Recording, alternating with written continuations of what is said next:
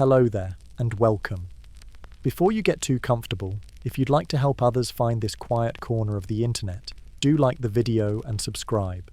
And if you're listening with your eyes just barely open, let me know in the comments where you're tuning in from and what time it is for you. Now dim the lights, and let's ease into tonight's journey together. Nestled between the forested foothills of the Alps and the gentle bends of the River Rhine, the tiny principality of Liechtenstein rests, almost unnoticed, on the European map. It is a country so modest in scale and temperament that one might easily mistake it for a forgotten province, or a place conjured from a footnote in a forgotten tome. Yet it endures, a sovereign state, with its own prince, its own borders, and its own rhythms, quietly unfolding over centuries in the shelter of its surrounding peaks. Liechtenstein is not a land of revolutions or grand empires. It has no cities echoing with the cries of historic upheaval, no sweeping deserts or stormy coasts. It is a place of meadows and valleys, of well-tended fields and dignified quiet. Its history, too, is soft-spoken, woven from treaties and transitions, inheritance and alignment, rather than the clatter of conquest or rebellion. And in that gentle rhythm lies a certain peace, a consistency that hums in the background of European history like the steady tick of a mantle clock. This is a tale not of spectacle, but of endurance. A story of how one of the smallest countries in the world has managed, through a combination of diplomacy, tradition, and circumstance, to persist and even flourish while others have fallen away. Its past is shaped not only by its own people, but by the larger powers that loomed over it: the Holy Roman Empire, Napoleonic Europe, the German Confederation, and the modern tides of the global economy. Tonight, as we gently unfold the layers of Liechtenstein's past, we shall wander slowly down cobbled lanes, linger in alpine villages, and listen closely for the quiet decisions that have steered this unassuming nation through the ages. There will be no grand climaxes, no sudden turns, only the soft, steady steps of time. If one were to float gently above the Alpine arc, tracing the curling course of the Rhine River as it meanders through Central Europe, they might scarcely notice the tiny sliver of land pressed between Switzerland and Austria. It is narrow, scarcely more than a wrinkle along the river's path, and only some 25 kilometers from end to end. Yet it is here, in this gentle corridor between the mountains, that the Principality of Liechtenstein has quietly taken root. Long before there were borders or nations, before princes or provinces, this alpine land was shaped by ice and water. Glaciers once crawled through the valleys, carving the slopes and depositing gravelly soil that, many thousands of years later, would support fields of barley and stretches of woodland. As the climate mellowed and the glaciers retreated, humans crept in, at first nomadic, and then more settled, drawn by the mild riverbanks and forested hills. There is archaeological evidence of life here as early as the Neolithic period. Flint tools, pottery shards, and the subtle traces of hearths hint at these early inhabitants, who likely moved in small familial groups, cultivating patches of land and hunting amid the forested slopes. Later, during the Bronze Age, more substantial settlements began to form. The valley's fertile plains, though narrow, were sufficient for modest agriculture. Trade routes would have occasionally threaded their way through, carrying goods and stories between the Italian peninsula and the northern tribes. Still, through all this time, this corner of the Alps remained sparsely peopled and politically insignificant. It was not a place that empires sought to conquer for strategic glory. It was too small, too quiet, too enclosed by natural borders. Instead, it lived on as a place of continuity, its people adjusting gently to the seasons, to the long winters and the brief alpine summers. With the coming of the Romans, the landscape began to shift. Roads were built, watchtowers erected. The land that would become Liechtenstein found itself incorporated into the Roman province of Raetia. The legions never lingered long, but their presence left a mark. Trade became more regular. Latin inscriptions and fragments of Roman pottery reveal a brief period of integration into the vast web of Roman commerce and administration. Yet even then, the region's remoteness preserved its quiet character. The Roman road through what is now the village of Scharn was functional but rarely travelled in great numbers. As the centuries turned and Rome withdrew from its northern frontiers, a slow tide of Alemannic tribes moved in. They brought with them new customs, languages, and ways of living, more rustic and decentralized than the imperial structures they replaced. The population remained small, primarily agricultural. Villages grew around simple churches and market days, their rhythms governed more by the weather than by the politics of far-off capitals. It is important to understand, even at this early stage, the persistent modesty of Liechtenstein's land. Its geography has long dictated its fate. Shielded by mountains and defined by a single river, it was both protected and isolated. This made it a place of passage, but not of power. Armies might pass nearby, but few would bother to linger. Dynasties rose and fell elsewhere. Here, the hills and meadows remained largely undisturbed. By the early Middle Ages, the land had become fragmented into small fiefs and ecclesiastical territories, with no single authority dominating for long. The Bishop of Chur, the Counts of Werdenberg, the Abbey of Pfäfers, all would, at various times, claim holdings in the area, yet none could mould it into anything larger than a minor county. It remained a patchwork of minor lords, alpine hamlets, and gently murmuring streams. What is striking is the way the people of the region adapted. Lacking great centres of learning or production, they instead leaned into their environment, maintaining small farms, raising cattle, weaving wool. Timber from the forests was floated downstream. In the higher elevations, alpine pastures provided seasonal grazing. Each village had its own customs, its own festivals, its own gentle dialect. Life was slow, seasonal, and rooted in continuity. Churches and chapels appeared, modest and unadorned, offering spiritual structure to the lives of the people. The rhythm of bells marked the hours, and the calendar of saints interwove with agricultural life. Marriages, baptisms, harvests, and deaths all passed in quiet observance, woven into the cycles of the land. There is something deeply grounding in such a history. No great heroes dominate the story. No dramatic conflicts demand our attention.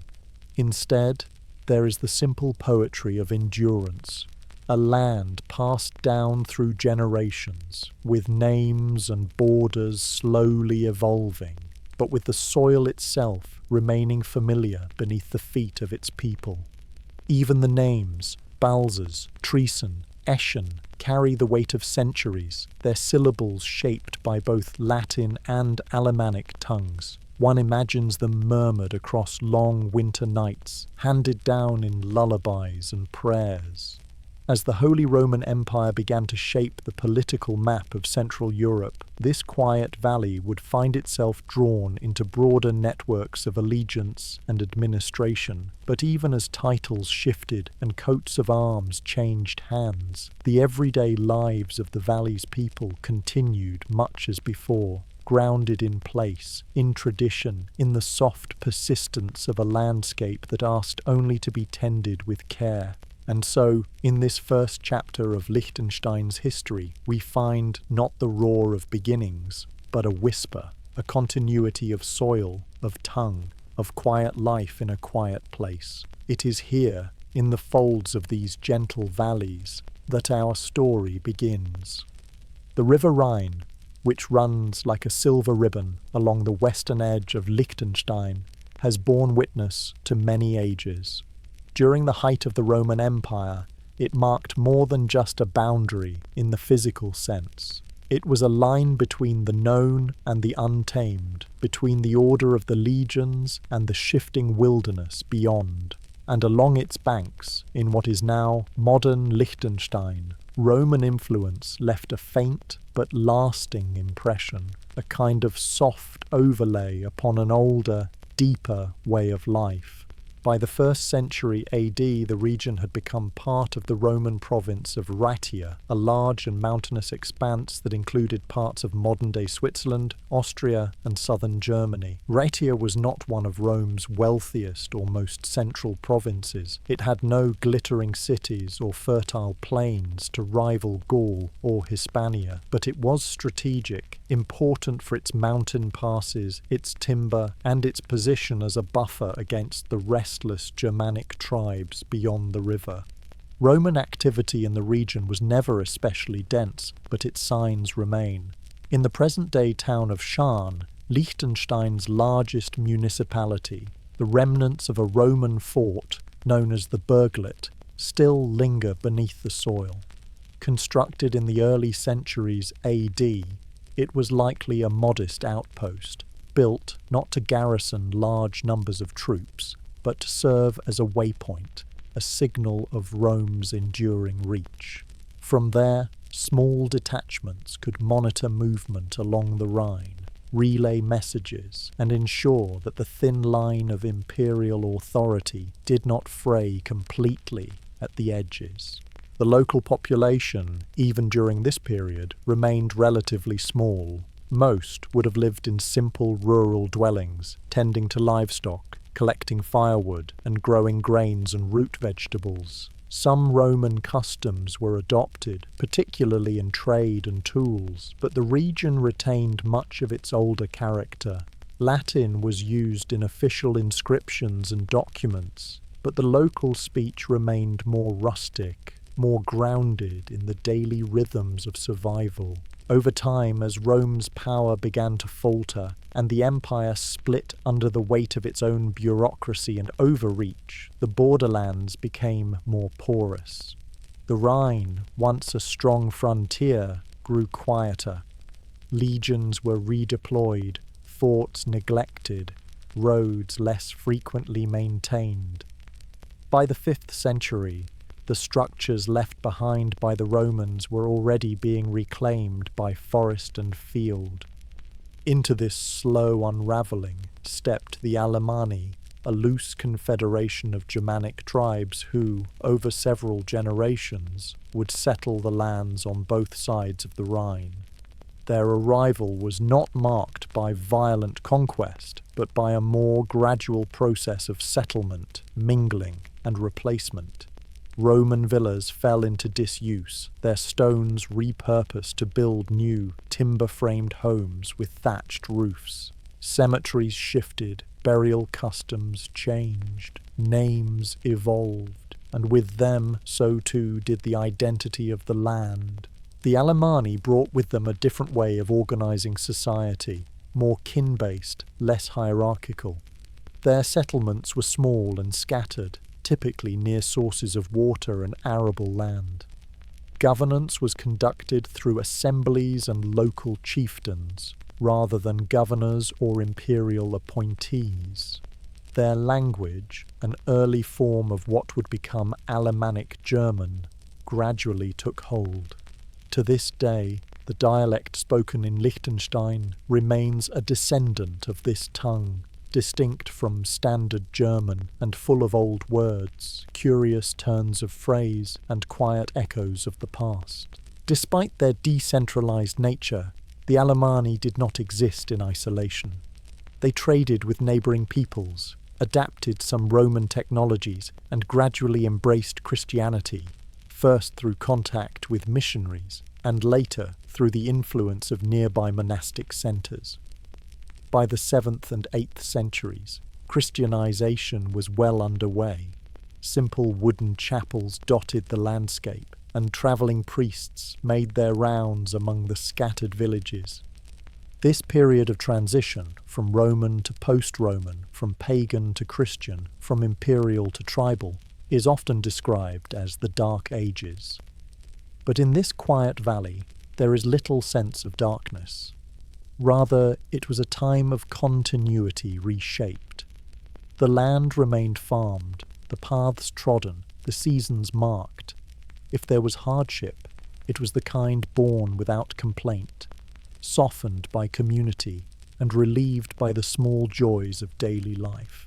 The return of the cattle from summer pastures, the harvest of late apples, the lighting of lamps on long winter nights. As centuries passed, these settlements became more firmly rooted. Names like Treason and Balzers began to appear in documents. Parish boundaries were drawn. Noble families began to lay claim to patches of land, granting protection in exchange for allegiance. Yet even amid these feudal structures, the underlying rhythm of village life remained relatively undisturbed. People were born, lived, and died in much the same manner as their ancestors, tending the land, observing feast days, and passing down songs and stories by the hearth. It is in this period that we begin to see the faint outlines of Liechtenstein as a political entity. Not as a country, of course, not yet, but as a place with its own internal coherence. A place with known borders, shared customs, and a slowly crystallizing identity. The influence of nearby ecclesiastical centres, such as the Abbey of Pfäfers, introduced new forms of learning and record-keeping. Some land was given over to monastic care, others became part of the growing networks of medieval nobility, and always the river flowed, quiet, constant, gently marking time. To modern eyes, such a history may seem uneventful, but there is a quiet richness in this long, slow unfolding, in the mingling of Roman stones and Alemannic speech, in the steady work of shepherds and smiths, of midwives and millers, in the persistence of small communities against the backdrop of shifting empires. It is here, in the long shadow of Rome and the quiet strength of the Alemanni, that the true roots of Liechtenstein take hold, not in fanfare, but in the quiet resilience of everyday life. By the close of the High Middle Ages, the lands that now form Liechtenstein had settled into a quiet rhythm of modest feudalism, bound by forested ridges and threaded by the slow-moving Rhine. These valleys and slopes had gradually become part of a tangle of small holdings, baronies, bishoprics, and minor counties, each with their own tangled lineage, their own coats of arms gently fading on worn banners. Among these, one would come to hold particular significance, the county of Vaduz. Vaduz, now the capital of Liechtenstein, began as little more than a strategic hillside settlement. The castle, perched on a wooded rise above the valley floor, was first mentioned in written records in the 12th century. Its position was neither grand nor imposing by the standards of the great European fortresses, but it offered a modest vantage point from which to observe the river below and the mountain paths to the east. From this seat, a series of local nobles governed the surrounding territory, which gradually coalesced into the county of Vaduz by the early 14th century. It was a county of small scale and modest means. The land itself was not richly endowed. Its soils were stony in places, and though the valley offered enough arable land to sustain its people, it produced no great surpluses. The economy revolved around subsistence farming, livestock rearing, and seasonal work. Villages nestled at the feet of hills clustered around simple churches and surrounded by communal fields. There were no grand markets, no imposing cathedrals. Life moved to the quiet pace of the seasons, punctuated by feast days and harvests. The counts of Vaduz were local rulers in the truest sense, they collected modest taxes, oversaw disputes, and pledged fealty to higher noble houses or ecclesiastical powers, depending on the shifting winds of political alignment. Their castle, which still stands today, would have been a seat of administration as well as residence, its halls serving as places of judgment, record-keeping, and, on occasion, shelter for the local populace during times of unrest. In practice, however, their authority was limited. The mountainous terrain divided communities and made centralized governance difficult. Much was delegated to village elders, to parish priests, and to local custom. Even the boundaries of the county were more practical than political, marked not so much by treaties or decrees, but by landmarks, rivers, and long-standing habit. To the north of Vaduz lay the lordship of Schellenberg, a similarly modest territory that would later become deeply entwined with its neighbour's fate. Governed at various times by different noble families, Schellenberg was in many ways a mirror image of Vaduz, rural, mountainous, and quietly governed by the rhythms of local life. These two territories, together, would form the basis for what would eventually become the Principality of Liechtenstein. As the centuries wore on, the county changed hands several times. The Counts of Sulz acquired it in the 15th century, integrating it into their wider holdings. Under their rule, and later under the Counts of Hohenems, the region remained largely undisturbed by the broader convulsions of European politics. Even as the Protestant Reformation swept across much of the German-speaking world, bringing with it new doctrines and fierce divisions, this corner of the Alps remained, for the most part, Catholic and quietly traditional. The Counter-Reformation, supported by the Habsburgs and local rulers alike, did reach the region, bringing with it renewed ecclesiastical oversight and a reinvigoration of parish life.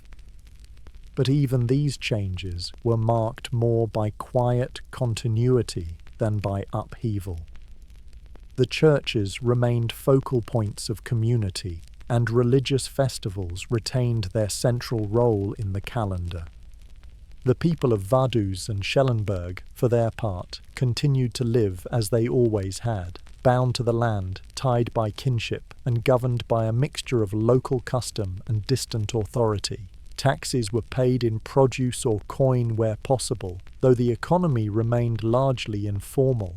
The land was worked with wooden tools, the mountains climbed by shepherds and hunters, and the winters passed beside hearths where old tales were retold in the Alemannic tongue. Education was minimal. Literacy, if present at all, was confined to the clergy and a few notaries. Most children grew up learning the skills of their parents: ploughing, weaving, tending livestock, mending roofs, gathering herbs. The world beyond the mountains might as well have been a distant dream. News arrived late, if at all, and was often filtered through the sermon or the tavern rumour. Still, for all its obscurity, the county of Vaduz held a curious attraction for certain noble families.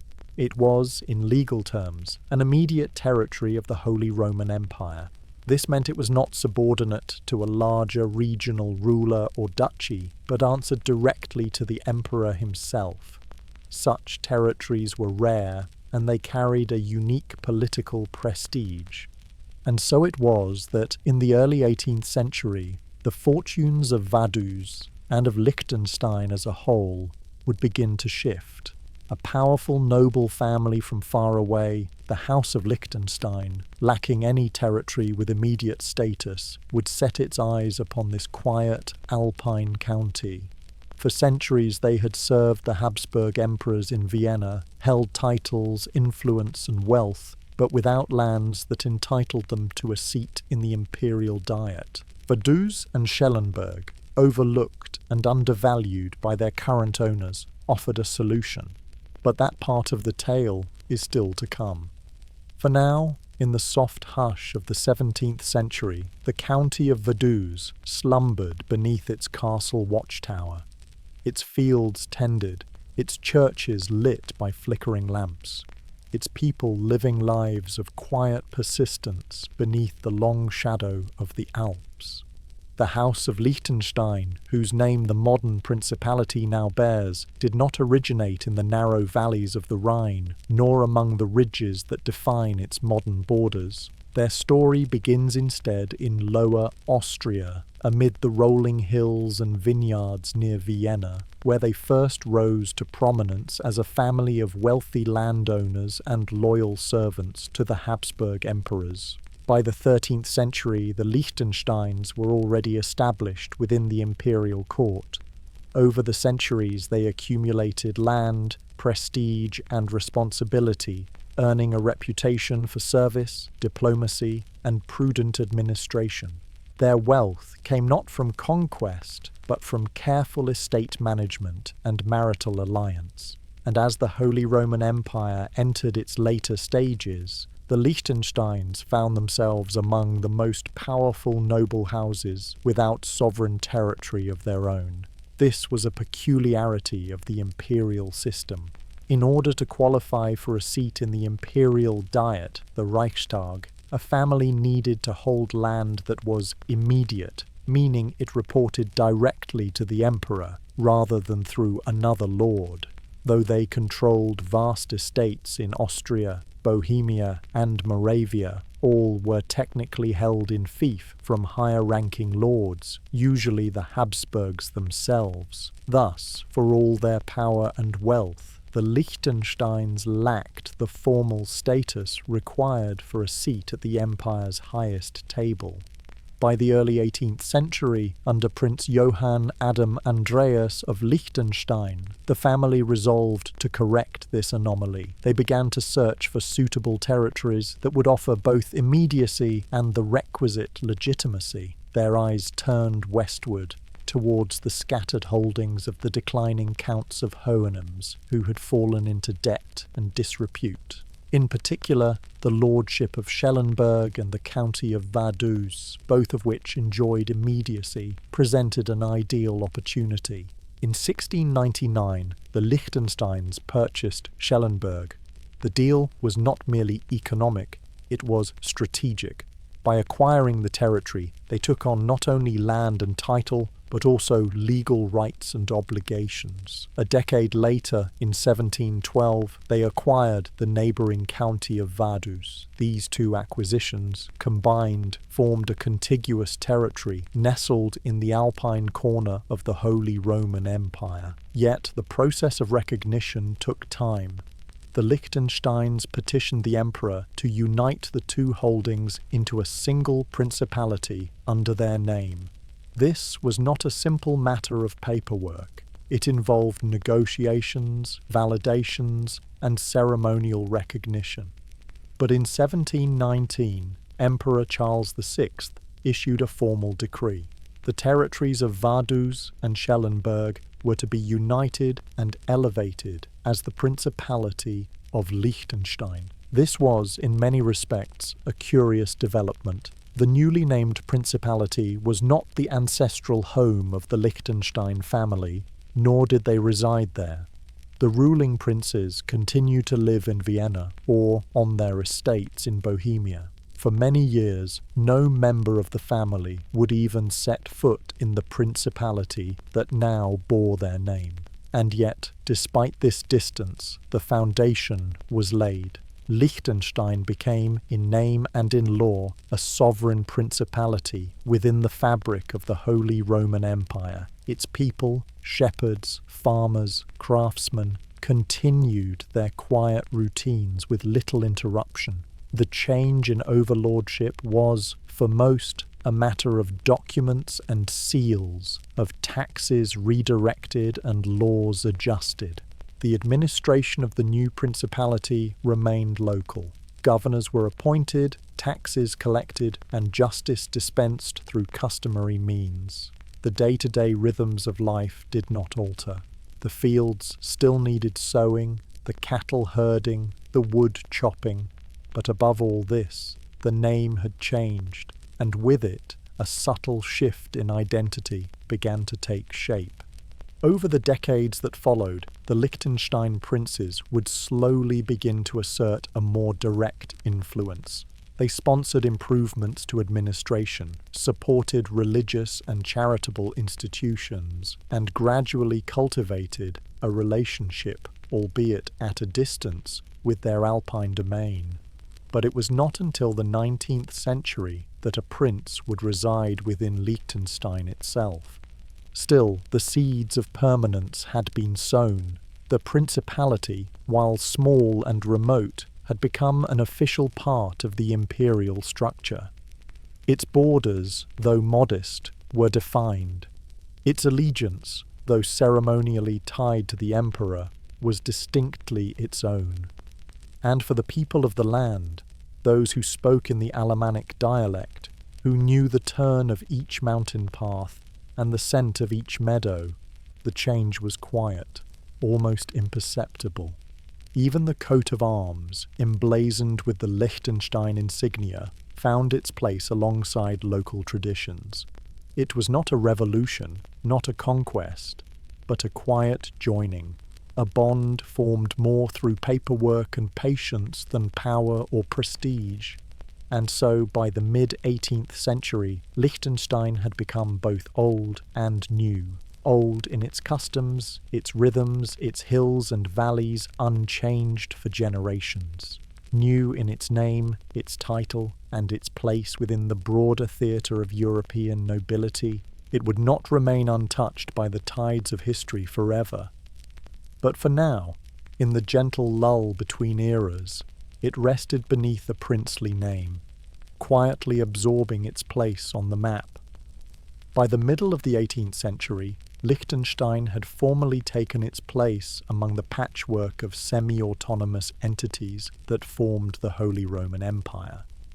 This was no ordinary union of nations, but rather a vast and convoluted assemblage of duchies, principalities, bishoprics, and free cities, each with its own peculiar customs, allegiances, and degrees of independence. Within this complex and ancient structure, the newly minted Principality of Liechtenstein found itself as one of the smallest and least conspicuous members.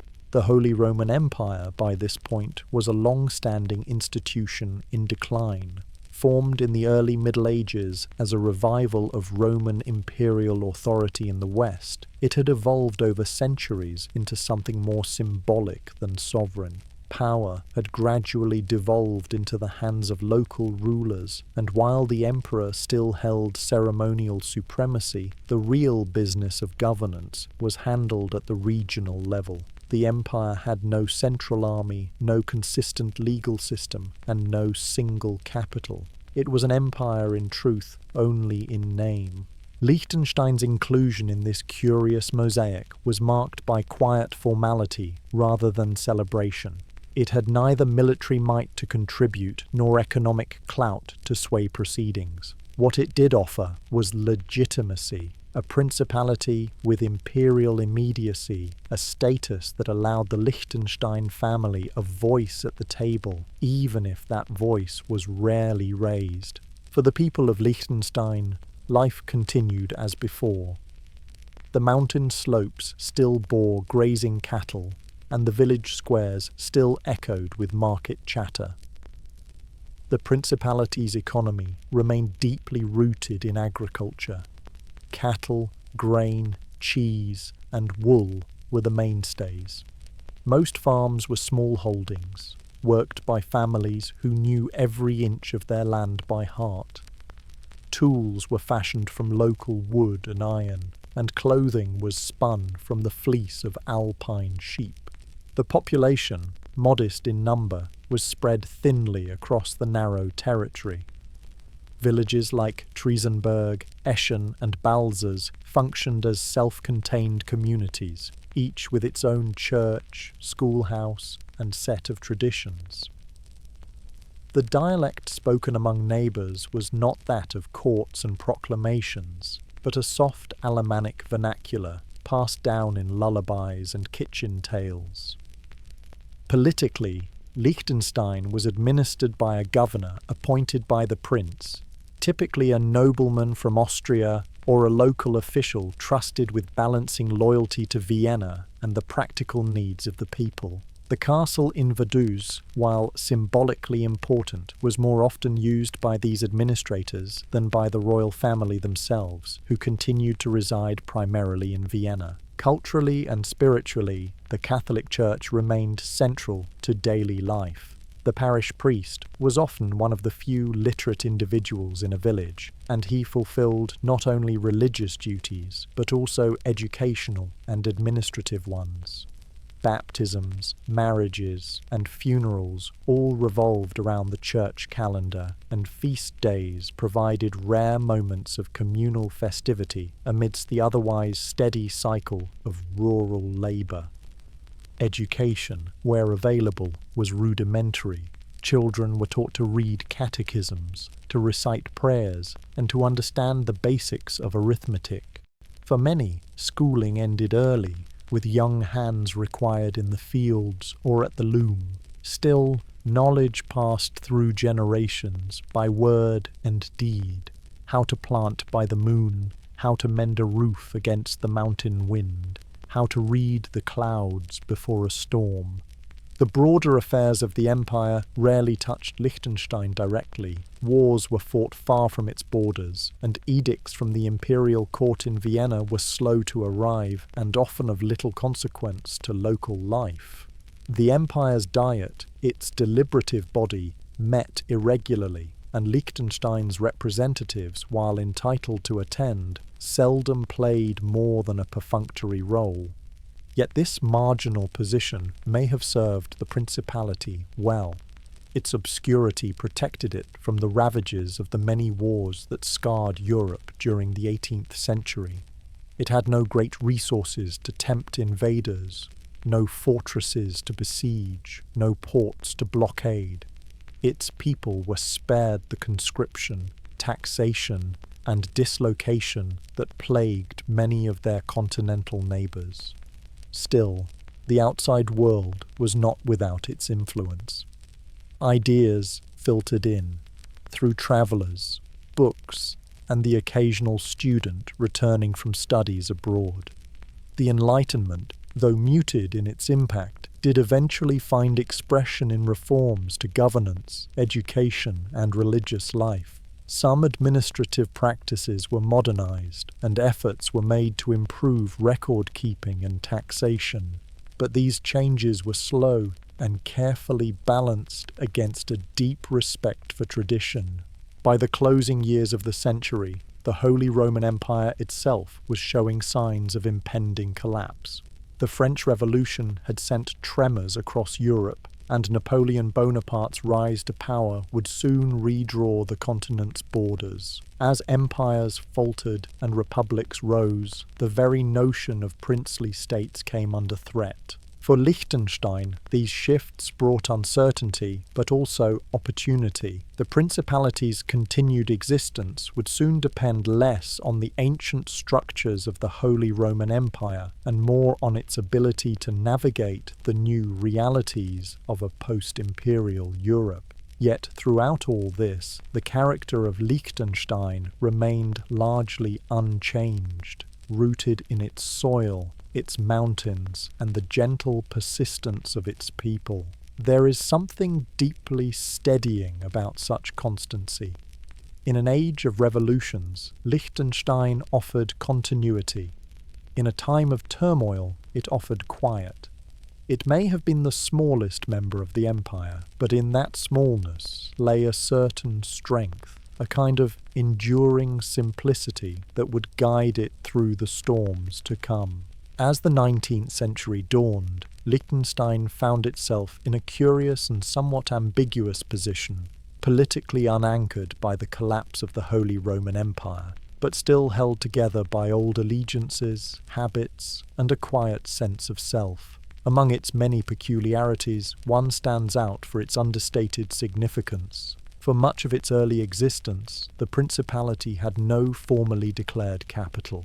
There was no grand city bearing the weight of administrative, economic, and cultural life.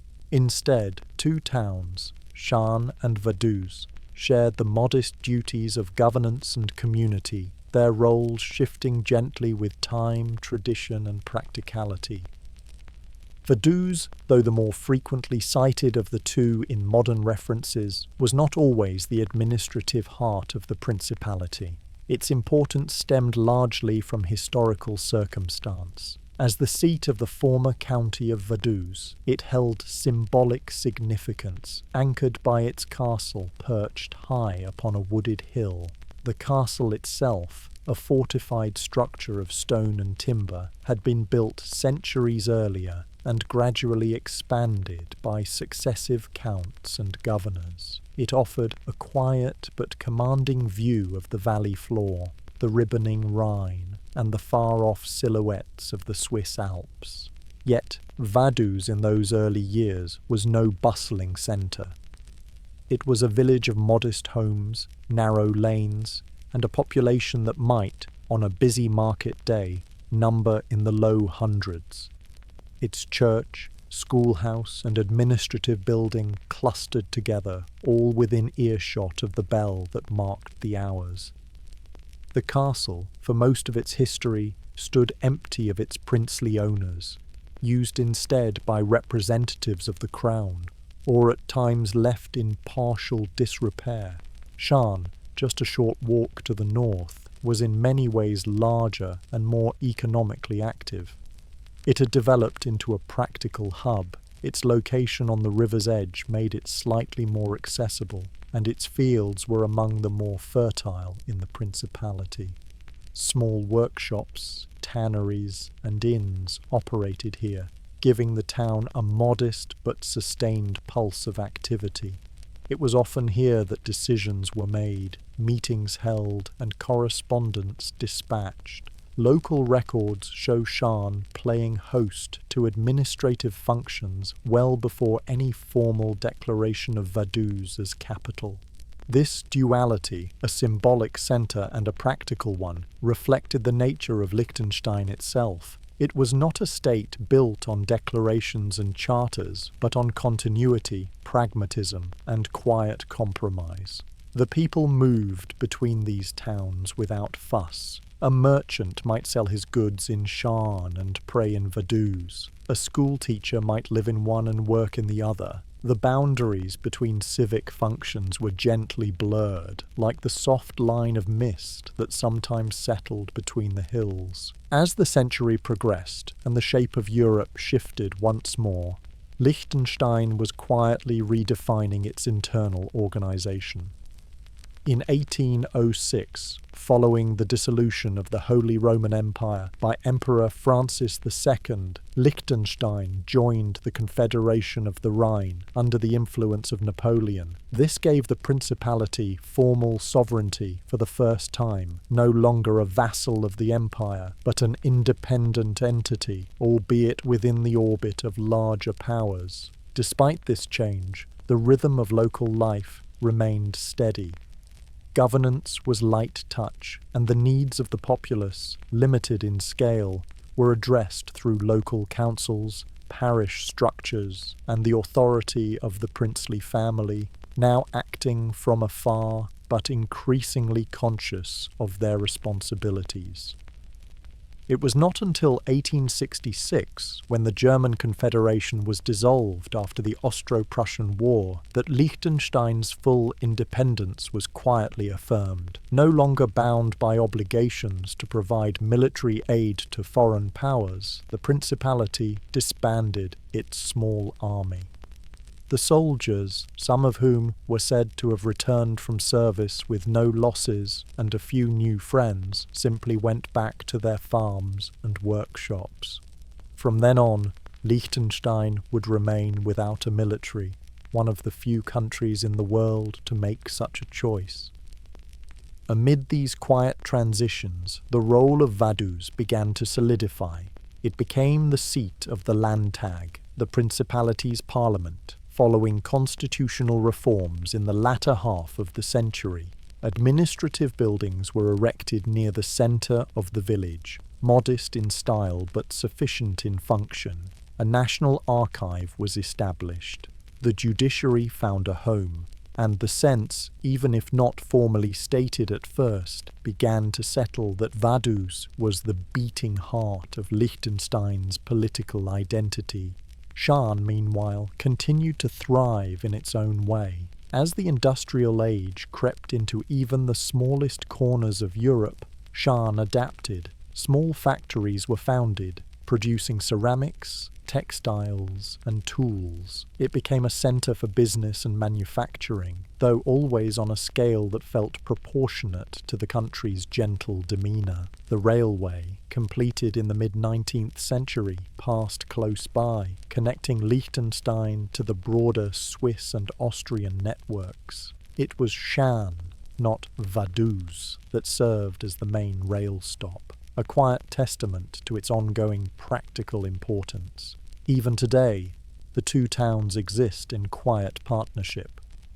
Schaan remains the largest municipality by population and economic activity. Vaduz, with its castle and government buildings, retains its role as the formal capital, but the distinction is rarely sharp. One can walk from one to the other in a short time, crossing footbridges and quiet roads, passing alpine houses and the slow-turning wheels of small mills. This shared identity, a country with two centres, each offering something different but essential, captures the spirit of Liechtenstein. It is not a land of centralised grandeur, but of balanced coexistence. It is a place where function and form, tradition and progress can sit side by side, each with a cup of coffee, perhaps, looking out over the valley and watching the river move by. And all the while, the castle above Vaduz remains. Its turrets and stone walls have come to symbolize the principality as a whole. Yet even it seems to understand its place, not as a fortress of domination, but as a quiet sentinel, watching over a land where decisions are made softly and where the past is never far from view. The early 19th century was a time of profound upheaval across Europe. Empires fell, borders shifted, and the old order was swept aside by the march of armies and ideologies. For the great powers, France, Austria, Prussia, Russia, this was an age of revolution and counter-revolution, of expansion and resistance. But for Liechtenstein, small and tucked between mountain and river, it was a period of quiet adaptation, marked more by patience than by participation. The Napoleonic Wars, which raged from the late 1790s to 1815, reshaped the political map of the continent. France, under Napoleon Bonaparte, challenged the old monarchies, toppling thrones and reorganizing territories with brisk determination. The Holy Roman Empire, to which Liechtenstein had belonged for centuries, was formally dissolved in 1806. In its place, Napoleon established the Confederation of the Rhine, a loose alliance of German-speaking states allied to France. It was during this reshuffling that Liechtenstein achieved a new and unexpected kind of autonomy.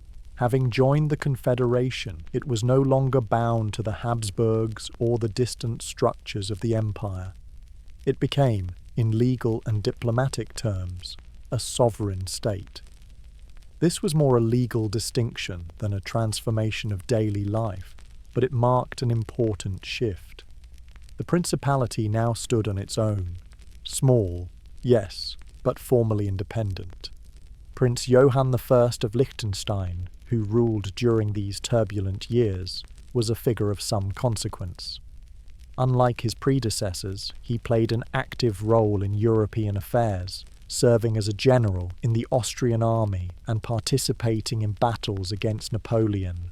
His personal reputation was considerable, and he was respected in both military and diplomatic circles. Yet, despite his ties to Austria and his service in its armies, he ensured that the principality itself remained neutral. This neutrality was not merely a passive stance. It required careful navigation. The principality had no real military to speak of, and its defences were minimal. Its survival depended not on strength, but on discretion. It offered no resistance, made no claims, and quietly avoided entanglement. This strategy proved effective. While armies thundered across Central Europe, Liechtenstein remained untouched. Its fields were not trampled by cavalry, its churches not looted, its people not conscripted. Still, the war years were not without hardship. Trade routes were disrupted. Prices for basic goods fluctuated unpredictably. Foreign coinage, previously common in local markets, grew scarce. News from the outside world arrived slowly and was often conflicting. Rumours circulated in taverns and around hearths of victories, defeats, abdications, and peace treaties signed in faraway cities. Through it all, the people of Liechtenstein carried on, sowing fields, tending animals, and marking the passage of seasons with quiet constancy. After Napoleon's final defeat at Waterloo in 1815, the Congress of Vienna convened to redraw the boundaries of Europe and restore stability. Liechtenstein was confirmed in its sovereignty and joined the newly formed German Confederation, a loose association of German-speaking states under Austrian leadership. This new arrangement provided a framework for diplomacy and cooperation, but it imposed few obligations. The principality remained free to govern its internal affairs with minimal interference. In the decades that followed, Liechtenstein began to adapt, cautiously, to the changing political landscape. The old feudal structures that had governed rural life for centuries began to loosen. Local councils gained greater authority. Legal codes were revised, moving gradually towards standardization and transparency. There was no revolutionary fervor, no sweeping reforms, but a steady, deliberate effort to modernize while preserving the social fabric of the community. Education began to improve. Small schools, often run by the church, offered instruction in reading, writing, and arithmetic. Young children still labored on farms, especially during planting and harvest, but more families began to see the value of literacy and learning. The church remained central to village life, but secular administrators increasingly took on roles once reserved for clergy. Communication with the outside world became more reliable. Roads were improved, postal routes extended, travelers and merchants brought new goods and ideas, and while the principality's physical boundaries remained unchanged, its cultural and economic horizons began to widen, ever so gently. Prince Alois II, who succeeded Johann I in 1836, continued this slow program of reform. He was a modern-minded ruler who supported infrastructure improvements and administrative efficiency. Yet, like his predecessors, he governed from afar, residing primarily in Vienna and on estates in Bohemia. Liechtenstein itself remained under the care of appointed governors and local officials. Despite this distance, the connection between ruler and people was maintained through symbolism and continuity. Portraits of the prince hung in government offices and schools. His name was invoked in ceremonies and prayers, and the castle above Vaduz, though rarely inhabited, stood as a tangible reminder of the principality's enduring identity. Throughout these years, the population of Liechtenstein remained small, just a few thousand souls spread across a dozen villages. Most families lived close to the land, their lives shaped by the same patterns that had governed their ancestors for generations. The introduction of new tools and farming techniques brought some improvements, but the scale of life remained humble. Homes were heated with wood, lit by oil lamps, and built from local stone and timber. The political winds that blew through Europe during this era, revolutions in 1848, nationalist movements, liberal constitutions, were felt only faintly in Liechtenstein.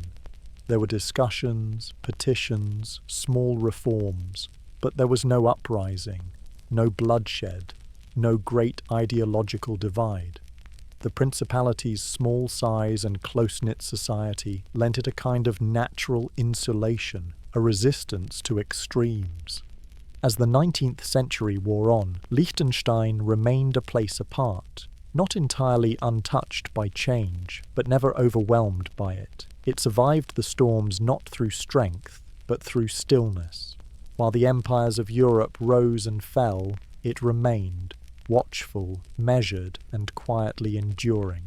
As the 19th century gave way to the 20th, Liechtenstein entered a period marked by both subtle transformation and steadfast neutrality. The world beyond its borders was shifting rapidly. Empires teetered, alliances hardened, and the tremors of global conflict began to make themselves known. Yet, amid these mounting tensions, Liechtenstein maintained its quiet course, choosing paths of peace and discretion over alignment or ambition. In 1866, as part of the German Confederation, Liechtenstein had been obliged to contribute a small contingent of troops to the wider military structures of the alliance. But with the dissolution of that confederation following the Austro-Prussian War, this obligation came to an end. The Principality responded not by rebuilding its forces, but by taking an unprecedented step, the formal abolition of its army. It was not disbanded in disgrace or through defeat, but by deliberate choice. The soldiers returned home, and their duties were absorbed by the quiet mechanisms of local governance and community order. This act of disarmament was, in its own modest way, a powerful declaration.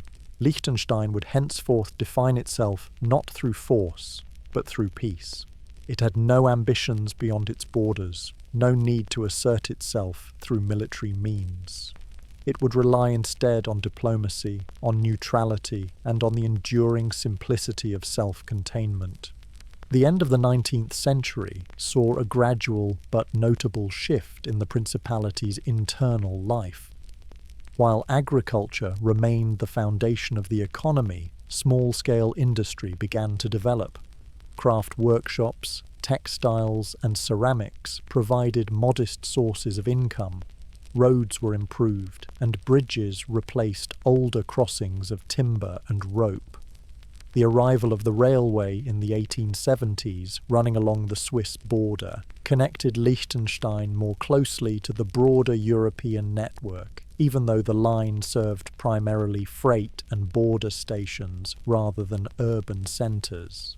Modernization also reached governance. In 1862, Liechtenstein adopted its first constitution, a document that balanced princely authority with a rudimentary form of parliamentary representation. The Landtag, or Diet, was composed of a mixture of elected and appointed members, providing a forum for local voices within the Principality's political structure. It was a conservative arrangement, shaped by tradition and caution, but it laid the groundwork for more participatory governance in the decades to come. Prince Johann II, known as the Good, would reign from 1858 to 1929, one of the longest reigns in European history.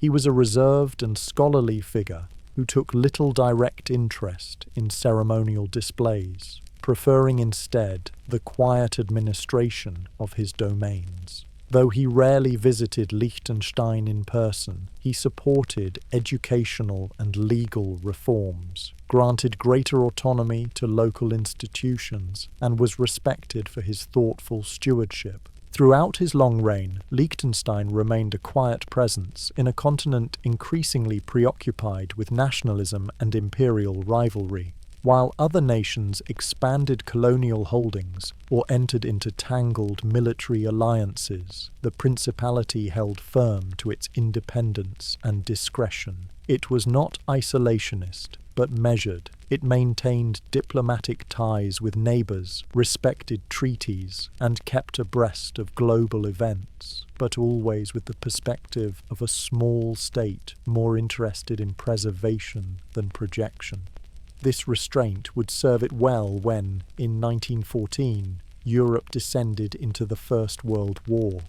The assassination of Archduke Franz Ferdinand in Sarajevo set in motion a cascade of mobilizations, declarations, and battles that would consume millions. Austria-Hungary, with which Liechtenstein had long-standing ties, entered the war on the side of the Central Powers. Yet Liechtenstein, without an army and under no alliance obligations, remained neutral. This neutrality was both a relief and a challenge. On the one hand, Liechtenstein was spared the horrors of trench warfare, aerial bombardment, and the upheaval of mass conscription. Its villages remained intact, its families unseparated by the call to arms. But on the other hand, its economy, already fragile, suffered from blockades, inflation, and a sudden rupture in trade with its Austrian neighbours. During the war, Liechtenstein's dependence on Austria became increasingly problematic. The collapse of the Austro-Hungarian Empire in 1918 left the principality politically and economically adrift. Currency depreciated rapidly, goods grew scarce, and trust in Vienna's institutions eroded. In response, Liechtenstein began to look westward, towards Switzerland. This quiet pivot marked a turning point in the principality's external orientation. While Austria had been the historic patron, Switzerland offered a model of neutrality, stability, and economic reliability. In the post-war years, Liechtenstein entered into a customs and monetary union with Switzerland. The Swiss franc was adopted, and a number of administrative functions, postal services for instance, were transferred to Swiss management. This partnership was not a merger, but a carefully calibrated alignment, one that preserved Liechtenstein's sovereignty while offering much-needed stability. The 1920s brought both challenges and reforms. A new constitution, adopted in 1921, strengthened the role of the Landtag and affirmed civil liberties. It clarified the balance between princely authority and democratic representation, formalizing the principles of constitutional monarchy within the Liechtenstein context.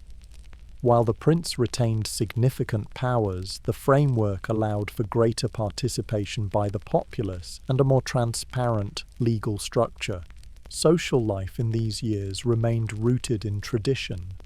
Families gathered for Sunday Mass, village festivals marked the calendar, and the rhythm of daily life continued in quiet defiance of the chaos that often reigned beyond the borders. The landscape, shaped by centuries of careful cultivation, remained largely unchanged. Fields divided by stone walls, cottages nestled among orchards, mountain paths traced by generations of footsteps. Education continued to expand. More children attended school for longer periods, and literacy improved steadily. Teachers, often respected figures in the community, were instrumental in fostering a quiet pride in Liechtenstein's history and independence. The press, while limited in scope, began to reflect local concerns and opinions, providing a gentle platform for civic engagement. By the close of the 1920s, Liechtenstein had weathered a storm that had swept away empires and redrawn much of Europe. It had done so not through strength, but through quiet principle and prudent policy. Its neutrality, once a matter of circumstance, had become a deliberate identity, a commitment to peace, to self-governance, and to the enduring value of discretion. The path ahead would not be without its difficulties. The global depression loomed. Political tensions would rise once more. But for now, the principality stood firm, its valleys green, its houses sturdy, and its people quietly proud of their place in a world too often given to noise. As the 1930s unfolded, the world seemed caught in the grip of extremes: economic collapse, political upheaval, and the stirrings of yet another global conflict. In the cities of Europe, crowds gathered beneath rising flags. In the financial districts, banks shuttered their windows. In the factories, machines fell silent. But in Liechtenstein, life continued at its own measured pace, tethered not to markets or ideologies, but to the land beneath one's feet. At this time, Liechtenstein was often described by foreigners and even by some of its own citizens as an agricultural backwater. It was not a cruel phrase, nor was it altogether inaccurate. The principality's economy remained rooted in subsistence farming and small-scale rural enterprise. The rhythms of life were those of planting and harvest, of spring thaws and winter closures. Machines were rare, electricity was still reaching remote villages, and much of daily life depended on tools and techniques unchanged for generations. The typical Liechtenstein family lived in a modest farmhouse, often built of wood and local stone, its walls whitewashed and its roof steeped against snow. Inside, a tiled stove might dominate the living space, offering warmth during the long winters. Meals were simple: bread, cheese, potatoes, dried meats, and what fresh produce could be coaxed from the soil. Children worked alongside their parents, feeding animals, gathering firewood, and helping with the hay. Fields were small and divided, inherited and redivided over generations. Cattle, goats, and chickens were common, as were fruit orchards and garden plots. Irrigation channels fed water from the mountain streams to the lower slopes, where rye, barley, and root vegetables grew in quiet abundance. The Rhine, prone to flooding in spring, was both a source of life and a frequent nuisance. Its banks had to be carefully managed, and the surrounding meadows were known to vanish under water during a sudden thaw.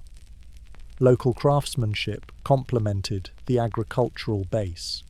In village workshops, men and women wove cloth, carved wood, and repaired tools. Some families earned a little income from basket weaving, lace making, or the production of small wooden toys, sold to passing traders or at fairs in nearby Swiss towns. The scale was always small, the ambition always modest. Social life revolved around the parish church, the village tavern, and the calendar of festivals and feast days. Catholicism remained a binding force in the principality. Its values informed daily conduct, and its buildings offered a central place for gathering and reflection. Confirmation, marriage, and burial were rites not just of religion, but of community, shared milestones in a life otherwise marked by hard work and familiar routine. Yet, despite this bucolic quietude, the principality was not untouched by the forces gathering elsewhere. The economic depression of the 1930s brought with it uncertainty. Agricultural prices fell. Trade with neighbours grew more difficult. Unemployment, while never widespread in the same way as in industrial nations, became more visible. Young men, unable to find work on the family farm, began to drift abroad, seeking labour in Switzerland, Austria, or farther still. There was also a growing awareness, if muted, of the political transformations sweeping through Europe. The rise of fascism in Italy and National Socialism in Germany was noted with cautious interest. Some citizens, disillusioned with poverty and drawn to messages of renewal and national pride, found appeal in these movements. In 1938, a branch of the German national movement in Liechtenstein was formed, small in number, but vocal in its admiration of Hitler and the supposed strength of the German Volk. The ruling family and government, however, took a different view. Firm in their commitment to neutrality and independence, they resisted foreign influence and worked to preserve the principality's delicate balance. In that same year, with Austria annexed by Nazi Germany, the position of Liechtenstein became especially precarious. Its proximity to the Reich made it vulnerable, and its small size made resistance impossible in a military sense. It was at this juncture that Prince Franz Joseph II took the unprecedented step of relocating his permanent residence to Vaduz. For the first time in the Principality's history, the reigning prince would live full-time within its borders. This was more than symbolic. It was a gesture of solidarity and commitment. By sharing in the life of the people, he signalled that the ruling house would not abandon its subjects in difficult times. The prince's presence brought a quiet reassurance. He walked among the villages, attended church services, and took an active interest in the needs of his countrymen. His manner was formal but approachable, his speech careful but warm. He championed neutrality, worked to maintain ties with Switzerland, and strengthened internal governance against the risks of external manipulation. During the Second World War, Liechtenstein remained officially neutral. It did not join the Axis powers, nor did it offer support to the Allies. It accepted Jewish refugees where possible, though its capacity to do so was limited. It resisted the efforts of pro-German elements within its borders, and it maintained strict controls on communication and political agitation. Economically, the war years were difficult. Imports were limited, and some goods became scarce. Rationing was informally adopted, and the black market, while never rampant, existed. Yet the Principality avoided occupation, bombardment, or the internment of its citizens. Its small size and the vigilance of its leadership allowed it to navigate the storm without direct harm. And so, by the war's end in 1945, Liechtenstein remained intact. Its fields had not been turned to battlefields. Its people, though worn and wary, had not been scattered or conscripted. It had, once again, survived by keeping to the quiet margins. Still, the cost of this perseverance was evident. The country was poor, its infrastructure modest, its industry almost non-existent, its economy fragile. Agricultural output could no longer sustain the population alone. Migration continued, and young people looked abroad for opportunity. It was clear that change would be necessary if the Principality was to thrive, or even to endure. Yet from this low point, a slow and gentle transformation would begin, one that would carry Liechtenstein from a humble agrarian community to a centre of finance and innovation. But that part of the story lies ahead. For now, in the soft post-war twilight, Liechtenstein remained a place of cottages and chapels, of haylofts and herds, of patience, humility, and quiet hope. By the mid-20th century, Liechtenstein found itself at a delicate juncture. Though the Second World War had spared it from destruction, the years of strain had left the Principality economically fragile and increasingly aware of its limitations. Its fields, though still productive, could no longer meet the needs of a growing and gradually modernizing population. Its small workshops and cottage industries, once sufficient, now lagged behind the more mechanized economies taking shape beyond its borders. If the Principality was to persist as a sovereign and sustainable state, it would need not only stability, but connection. It was into this need that the customs union with Switzerland offered a quiet, practical solution. In 1923, well before the outbreak of war, Liechtenstein had entered into a customs treaty with its neighbour to the west. The agreement, carefully negotiated and deliberately structured, created a shared economic space between the two countries. Tariffs and border duties were eliminated. Goods, services, and people could move more freely. Switzerland, with its efficient administration and neutral standing, would assume responsibility for many practical aspects of economic life on Liechtenstein's behalf: customs enforcement, currency stability, and representation in certain international trade matters. Though the arrangement began earlier, it was in the post-war years that its benefits became fully visible. Switzerland, relatively unscathed by the war and economically resilient, offered a dependable anchor. Liechtenstein, by aligning itself more closely with this well-governed neighbour, gained a level of economic security it could not have achieved on its own. The Swiss franc, already adopted as the de facto currency, became the basis for financial planning. Postal and rail services were coordinated. Even diplomatic representation in select regions was handled by Swiss officials, acting on Liechtenstein's behalf. Importantly, the customs union was not a surrender of sovereignty. Liechtenstein retained its own government, its own laws, its own borders. Swiss authority extended only to the areas specifically agreed upon, and at every stage, Liechtenstein's parliament and princely house retained the power to revise or withdraw. This balance between practical integration and political independence would become a defining feature of the Principality's approach to the wider world. The effects of the union were not immediate, but they were steady and cumulative. Trade grew more predictable. Farmers and producers gained access to new markets. Swiss administrative standards introduced greater transparency and efficiency to local governance. Small manufacturers, emboldened by reduced tariffs and improved infrastructure, began to expand their operations. The Principality's first real steps toward modern industrialization were taken along these lines. In the towns of Scharn and Eschen, small factories began to emerge. At first, they produced traditional goods, ceramics, textiles, precision tools. But gradually, the focus shifted. Companies began to specialize in high-quality, export-oriented products. Metalworking and electronics found a niche.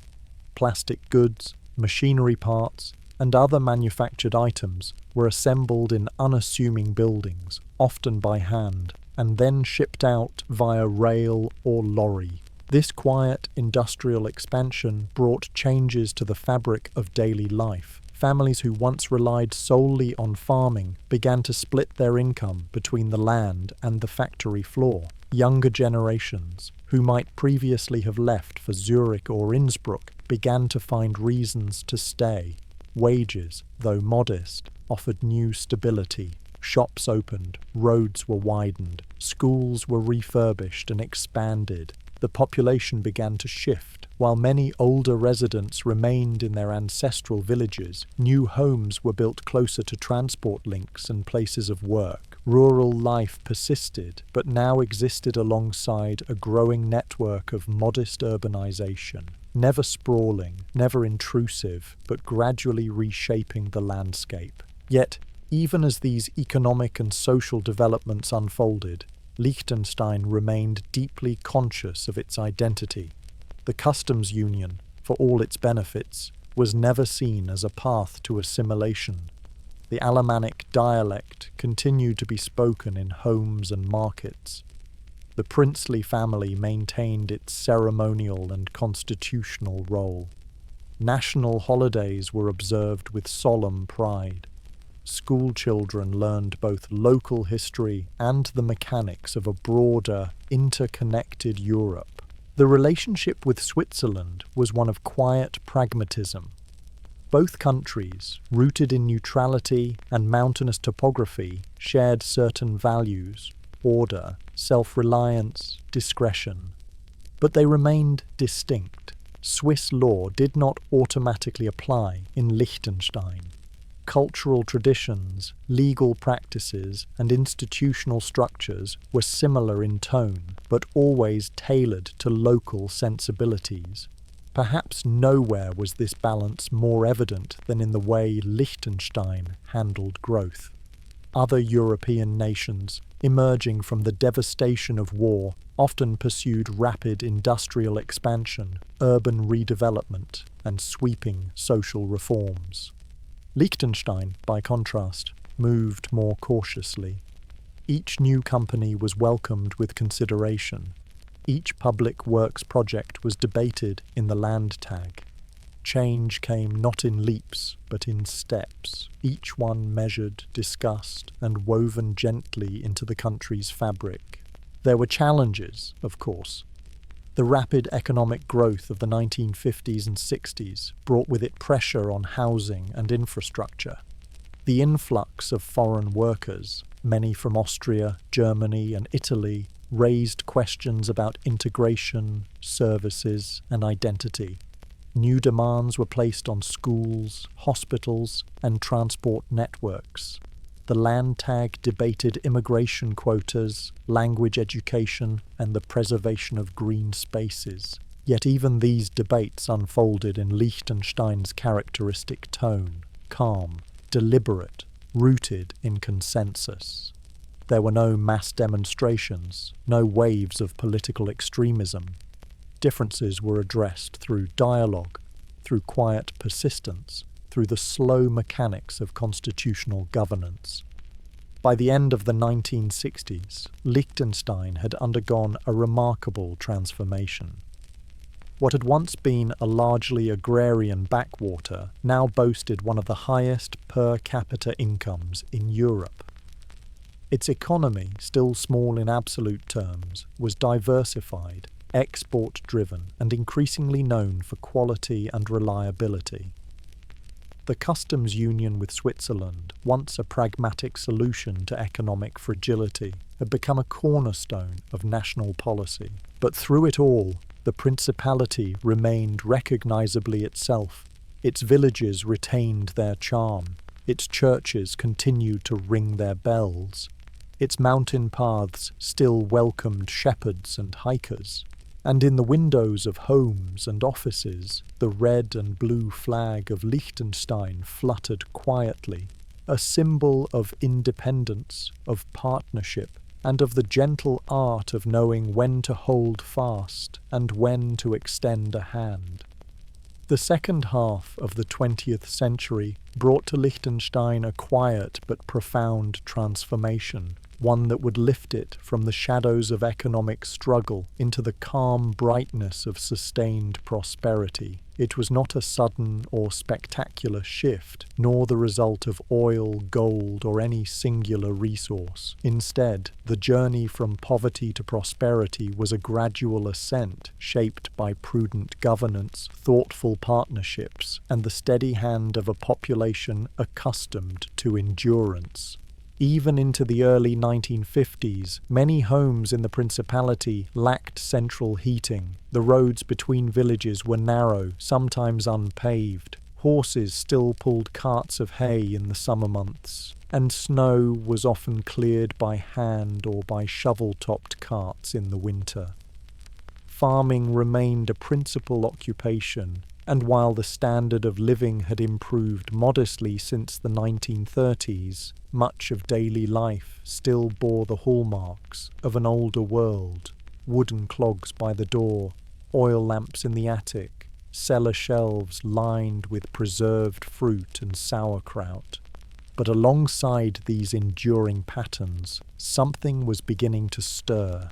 The customs union with Switzerland had laid the groundwork. The adoption of the Swiss franc had brought currency stability. The connection to Swiss trade networks had improved the flow of goods and capital. And the presence of a strong legal framework, modernized through the 1921 constitution and subsequent reforms, had given the Principality a reliable institutional base. By the late 1950s, small firms began to proliferate. Liechtenstein offered an attractive climate for business, low taxes, simple regulations, and a stable, neutral environment. Local entrepreneurs, many of them from long-established families, founded workshops and factories specializing in precision instruments, dental products, electronics, and plastic goods. These industries, unassuming in scale, began to earn a reputation for reliability and quality. One of the most notable examples was the Hilti Company, founded in 1941,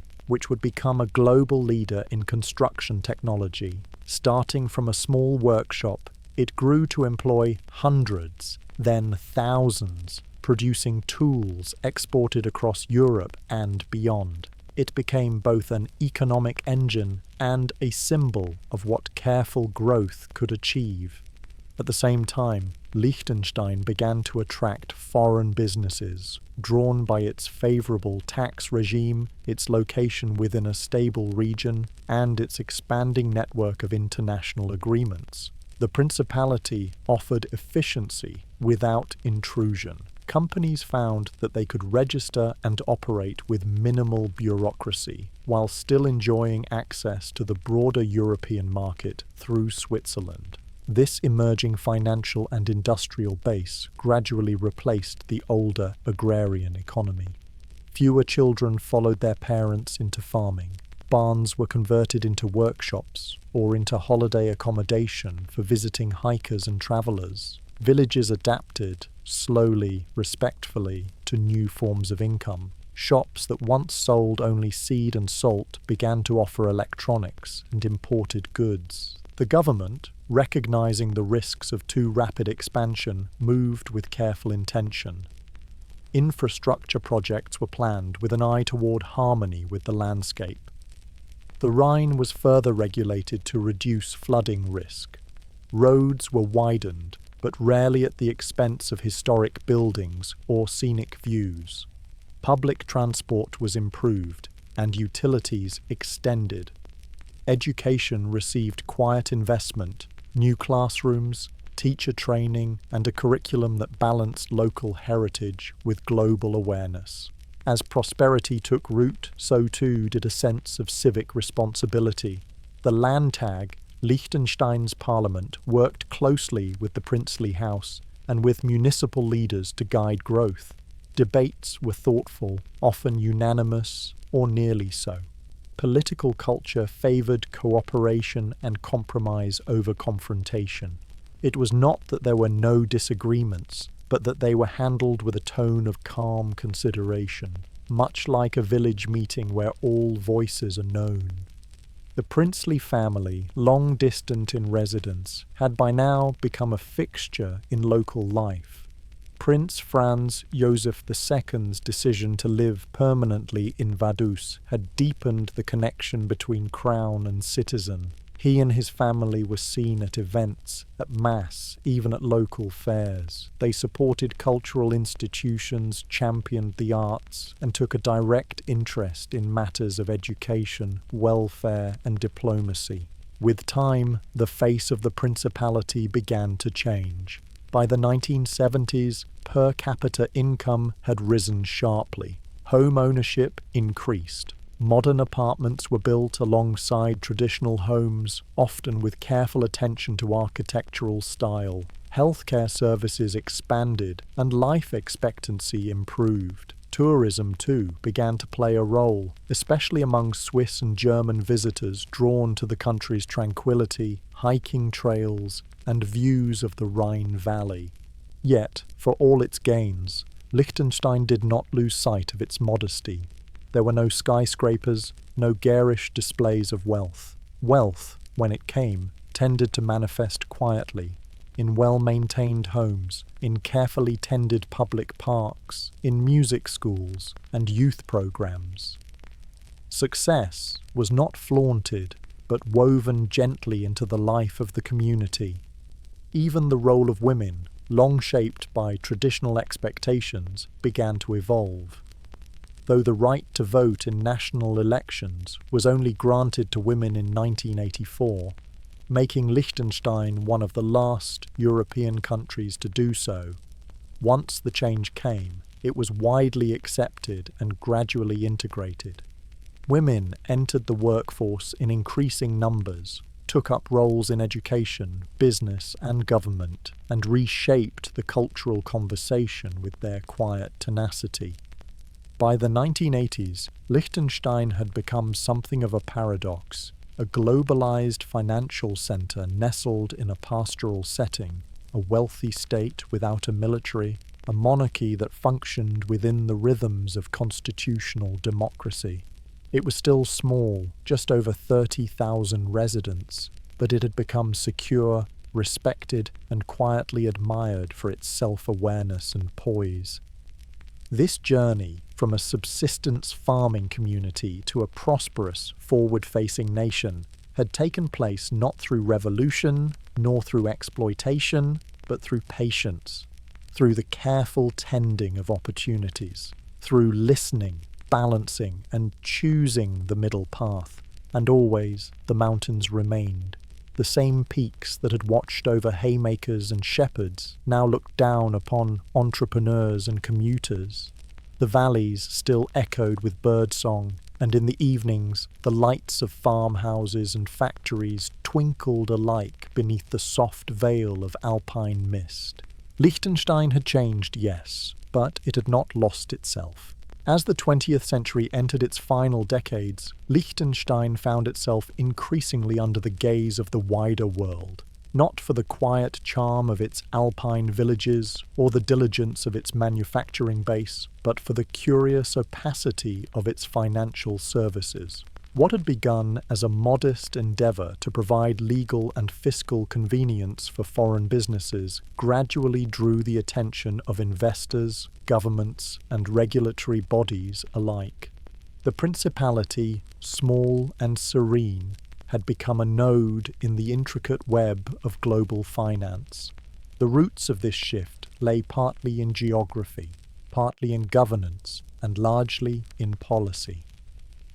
Liechtenstein's strategic location within the European heartland, coupled with its customs and monetary union with Switzerland, made it a convenient jurisdiction for cross-border transactions. Its legal system, grounded in Roman law, stable and predictably administered, provided a favourable environment for establishing trusts, foundations and holding companies. But it was in the realm of confidentiality that Liechtenstein's appeal truly sharpened. Banking secrecy, enshrined in national law, offered clients a level of discretion that many larger countries could not, or would not, guarantee. Accounts could be opened with ease, often through intermediaries. Ownership structures could be layered. And for much of the 20th century, disclosure requirements were minimal, if present at all. At first, the clientele consisted largely of European individuals seeking tax efficiency or estate planning services. Family fortunes were shielded from instability, sometimes from expropriation, sometimes from scrutiny. Later, institutional investors joined the stream, attracted by favourable tax rates and the principality's reputation for financial discretion. By the 1980s and 90s, a growing number of international clients, including corporations, trusts, and wealthy individuals, were quietly moving assets into Liechtenstein banks. For the principality, this development brought undeniable benefits. Revenue from banking and related legal services surged. Local banks expanded their operations. Lawyers, accountants, and trust managers found steady work. The government, operating with a balanced budget and low public debt, could invest in infrastructure, education, and social services. Public transport improved. Museums and cultural programs flourished. A welfare system took root, small but effective, yet with prosperity came scrutiny. In the eyes of some foreign governments, particularly those with high tax burdens and increasingly globalized enforcement regimes, Liechtenstein's financial sector appeared less a sanctuary than a shield for avoidance. Its secrecy laws, once admired for their discretion, began to draw criticism for opacity. reports surfaced alleging that tax evaders and money launderers were hiding assets in the Principality, shielded from investigation by layers of confidentiality and complex ownership structures. These concerns intensified in the 2000s when whistleblowers and investigative journalists began to reveal the mechanics of offshore finance. In 2008, a former employee of the LGT Group, a bank owned by the princely family, released information about hundreds of foreign account holders to German tax authorities. The resulting scandal, sometimes referred to as the Liechtenstein tax affair, sent ripples through the global financial community. Germany, the United Kingdom, the United States, and other nations launched investigations. Lawmakers demanded transparency.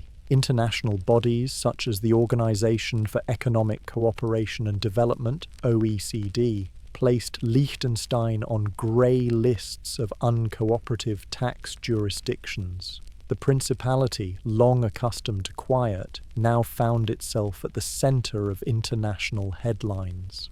The government's response was measured and prompt, recognizing that its long-term prosperity depended not on secrecy but on credibility. Liechtenstein began a program of reform.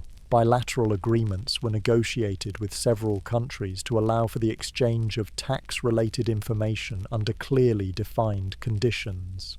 Banking laws were revised. Transparency was introduced, carefully and incrementally, in a manner that protected legitimate clients while discouraging illicit activity.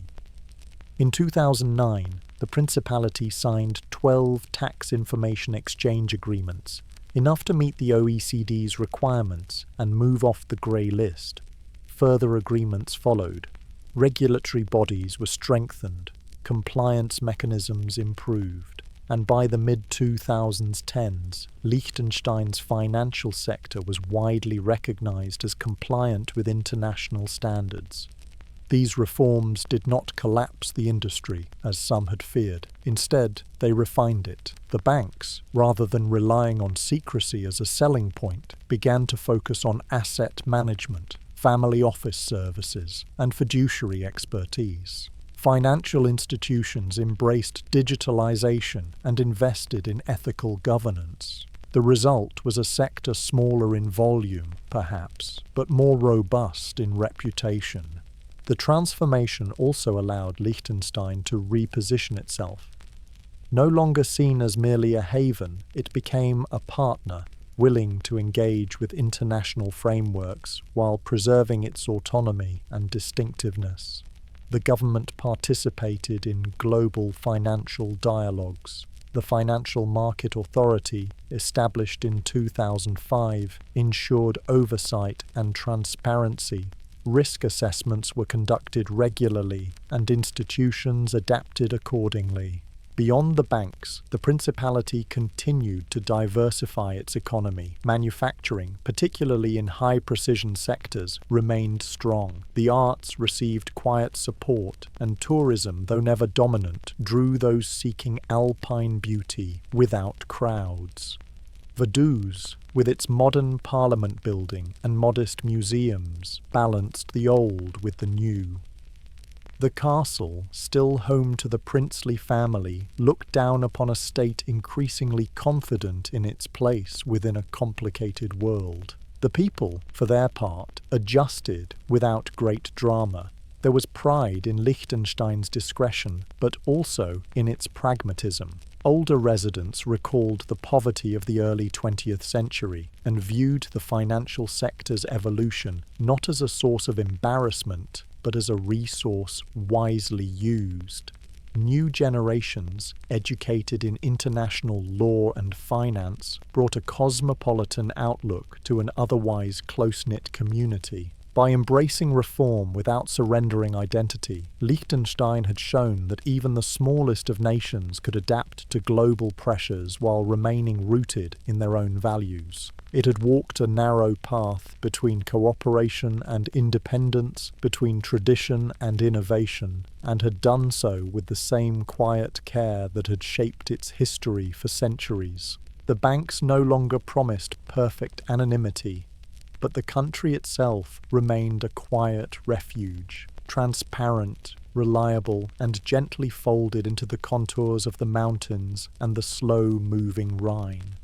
As the 20th century gave way to the 21st, the Principality of Liechtenstein stood as a curious and quietly distinctive figure on the global stage.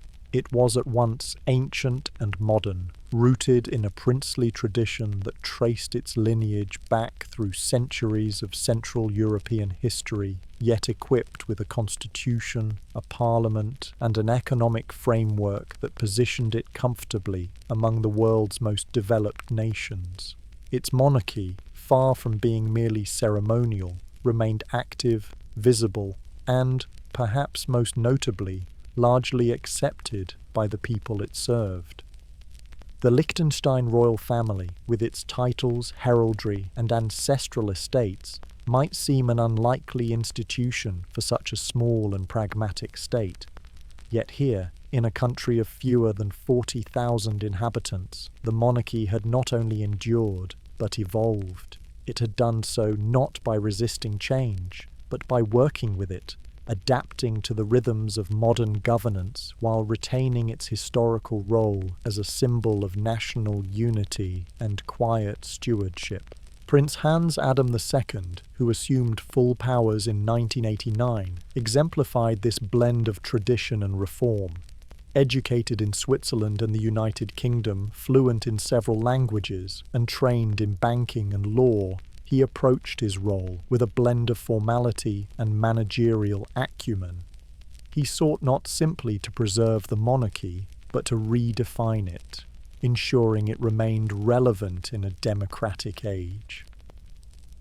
One of the most significant moments in the modern evolution of Liechtenstein's monarchy came in 2003, when a national referendum granted the prince expanded constitutional powers.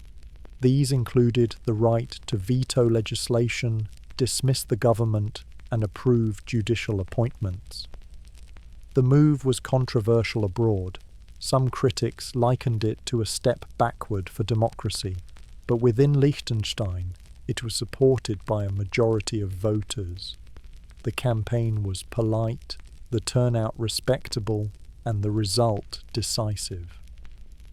What made this event all the more striking was not the expansion of power itself, but the atmosphere in which it unfolded. There were no protests in the streets, no fiery speeches, no dramatic accusations. Instead, there was a public discussion, quiet, measured, and reflective of the country's political culture. Many citizens, especially older generations, expressed trust in the royal family's judgment and a belief that the monarchy acted with the nation's long-term interests at heart. Critics, while present, were heard respectfully. The system allowed for their concerns, but the broader consensus was one of cautious confidence. The prince's power, after all, had rarely been used in a heavy-handed way. Governance in Liechtenstein continued to be handled largely through the Landtag and local councils, with the princely role more often one of oversight and reserve. In 2004, Hans Adam II formally delegated day-to-day governance to his son, hereditary Prince Alois, while retaining the title of head of state. Prince Alois, like his father, was internationally educated and multilingual. He brought a calm presence to the role, attending state functions, meeting with foreign diplomats, and presiding over legislative matters with quiet composure. This generational transition mirrored the principality's broader evolution. Liechtenstein was now a place where tradition and technology coexisted easily.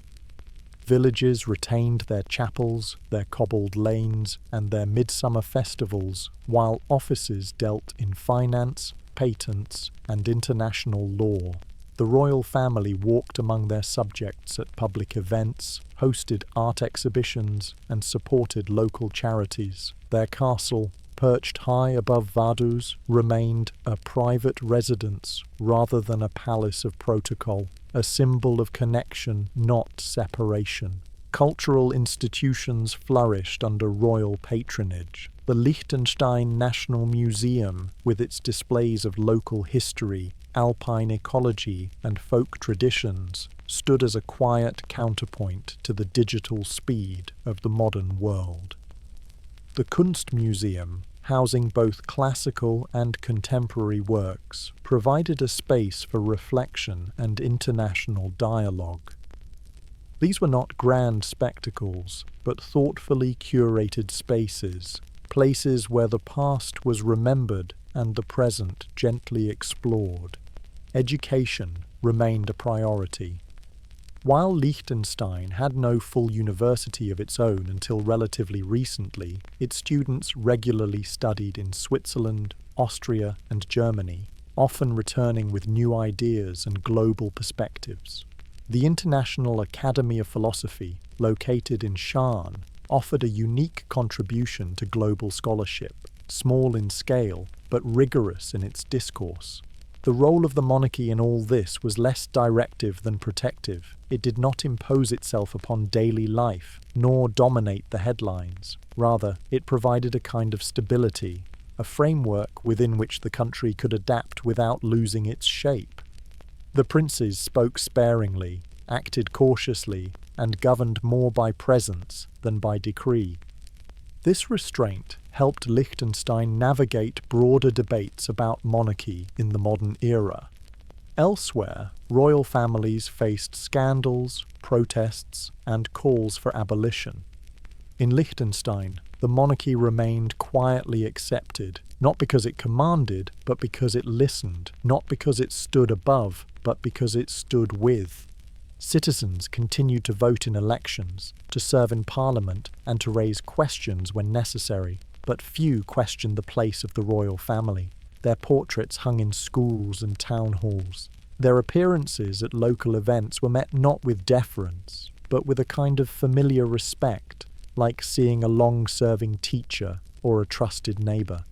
And so, in the 21st century, Liechtenstein had managed something rather rare, a monarchy that was both ancient and current, both powerful and restrained. It had not demanded loyalty, but earned it. It had not resisted democracy, but shaped itself to fit beside it. It had stood, not as a relic, but as a steady hand on the wheel of a small, thoughtful nation. The mountains still cradled the principality, the Rhine still marked its western edge, and the castle above Vaduz, with its flag quietly rippling in the alpine breeze, still watched over a people who knew, perhaps better than most, the value of balance. As the 21st century unfolded, Liechtenstein found itself increasingly interwoven with the wider European landscape, politically, economically, and culturally. It remained one of the continent's smallest nations by size and population, yet it engaged with its neighbours and partners with a quiet confidence born of experience. Sovereignty, in the Liechtenstein sense, did not mean isolation. Rather, it meant a considered and deliberate engagement, stepping into the world when it made sense to do so, and stepping back when it did not. Unlike many of its neighbours, Liechtenstein did not join the European Union, yet it maintained a close relationship with it, rooted in mutual respect and practical cooperation. In 1995, the Principality became a member of the European Economic Area, EEA, alongside Norway and Iceland through its participation in the European Free Trade Association, EFTA. This allowed it access to the EU's single market while preserving its autonomy over taxation, agriculture and immigration. The decision to join the EEA was the result of careful deliberation. There were consultations, studies and public debate. Some feared the loss of independence, others saw opportunity. In the end, it was Liechtenstein's particular balance between integration and sovereignty that made the arrangement viable. The country retained its control over border policy while aligning with broader European standards on goods, services and competition. This balance was also reflected in the country's border with Switzerland. still open, still unmarked by barbed wire or uniformed guards. Travellers could walk or drive from one side to the other without interruption. Customs posts were symbolic more than functional, and the Swiss franc remained the shared currency. The rhythm of life moved back and forth between the two countries, workers commuting, goods exchanged, friendships maintained. Liechtenstein's voice in European affairs, though small, was increasingly respected. It participated in EEA meetings, contributed to joint initiatives, and engaged in quiet diplomacy. Its representatives were known for their preparation, their civility, and their clarity. They did not seek the spotlight, but when they spoke, they were heard. At home, these connections brought tangible changes. Regulations evolved to match European norms. Standards for environmental protection, labour rights, and data privacy were implemented with care. Liechtenstein's manufacturing sector, now specialising in niche markets and high-quality exports, adapted easily. The country's financial services, having undergone significant reform in previous decades, were now seen as transparent and well-regulated. These changes were not disruptive. They unfolded gradually through a process of consultation and adaptation. Small firms received support in understanding new regulations. Farmers adjusted to new guidelines on land use and animal welfare. Schools updated curricula to reflect a more European context, while still preserving Liechtenstein's unique history and culture. The Principality also deepened its cultural and academic ties with the continent. Art exhibitions travelled between Vaduz and Vienna, Zurich, Munich.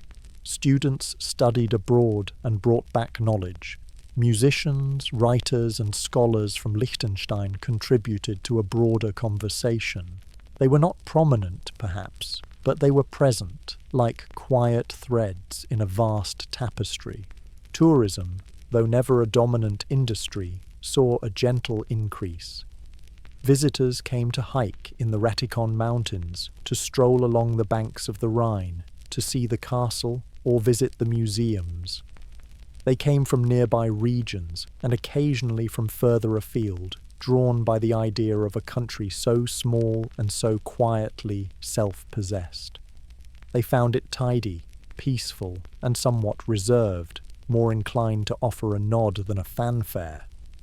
Liechtenstein's institutions remained grounded. The Landtag met regularly in its modern yet modest building overlooking the centre of Vaduz. Debates were measured. Decisions were often unanimous or nearly so. Laws were passed with care. The public, small in number but engaged, participated through petitions, referenda, and municipal councils. Environmental concerns gained prominence. With its alpine setting and reliance on clean rivers and air, the country took seriously the challenges posed by climate change. Initiatives to reduce emissions, preserve biodiversity, and support renewable energy were introduced, often in collaboration with neighbouring regions. Hydroelectric power, waste recycling, and careful land management became priorities. Digital infrastructure also developed steadily. The government invested in broadband access, cybersecurity, and online services. Citizens could access documents and vote in local elections through digital platforms. Businesses embraced automation and online commerce. Yet despite these advances, the country retained its slower pace. Technology served daily life, but did not dominate it. Immigration, too, became a topic of discussion. With limited space and a strong economy, the question of how to welcome new residents while preserving social cohesion was a delicate one. Foreign workers were essential to many sectors, yet the preservation of language, tradition, and community remained a quiet concern. The government approached the issue pragmatically, favouring integration over expansion. Internationally, Liechtenstein remained an advocate for human rights, peaceful resolution of disputes, and respect for international law. It supported United Nations initiatives and contributed to humanitarian causes, often through targeted, well-managed funds. It had no army, no ambitions of influence, yet it stood firm in its values. Its diplomats, like its citizens, preferred dialogue to confrontation. Through all this, the sense of scale never changed. Liechtenstein remained small, not just in area, but in tone. There were no grand gestures, no sweeping declarations, only a steady attention to detail, a quiet pride in good governance, and an enduring belief that dignity could be found in discretion. In the centre of Vaduz, the royal flag fluttered gently above the castle. Below, schoolchildren walked home past neatly tended gardens. A bus arrived on time. A bell rang from a nearby church. Somewhere in a quiet office, a clerk checked a document for accuracy. It was not a scene of grandeur, but one of quiet steadiness. And in that steadiness, Liechtenstein continued to find its place in the European landscape, not as a power, but as a presence. Small, steady, and quietly sure of itself. As our journey through the history of Liechtenstein draws to a gentle close, we find ourselves once again looking out across its narrow valleys and soft forested slopes. It is, in many ways, an improbable place, a country scarcely larger than a mid-sized city, nestled without coastline, empire, or fanfare between two larger neighbours. Yet it endures, and not merely endures, but thrives, in its own quiet, measured way. Liechtenstein is, quite literally, a country between borders. To the west flows the Rhine, forming a natural frontier with Switzerland. To the east, the mountains climb toward Austria. There are no hard fences, no imposing checkpoints. A traveller might pass from one nation to another with only the faintest awareness of having done so. Perhaps a small sign by the roadside, a subtle change in the dialect, or the quiet shifting of currencies long since standardized. And in this gentle ambiguity, Liechtenstein has found its strength. It is a country defined not by dominance, but by balance. Geographically, it occupies a space where the Alps begin to stretch themselves tall and proud, yet not so tall as to obscure human habitation. There are vineyards, sloping fields, and woodland paths, but also motorways and power lines tucked carefully into the landscape. Herds of cattle graze in meadows that have been tended for centuries, while high-speed internet hums through quietly modern homes. Culturally, it has absorbed the tones of both Switzerland and Austria, while retaining its own quiet cadence. The dialect spoken in homes and marketplaces is unmistakably Alemannic, rich in old turns of phrase and familial warmth. Schools teach German, of course, and often English and French as well, but the local tongue endures, in lullabies, in jokes, in the small talk of neighbours passing on narrow village lanes. Politically, it is sovereign, but never solitary. Its treaties and agreements tie it into the broader frameworks of Europe and beyond, yet always on terms that preserve its size and sensibilities. It does not seek expansion, nor does it isolate itself.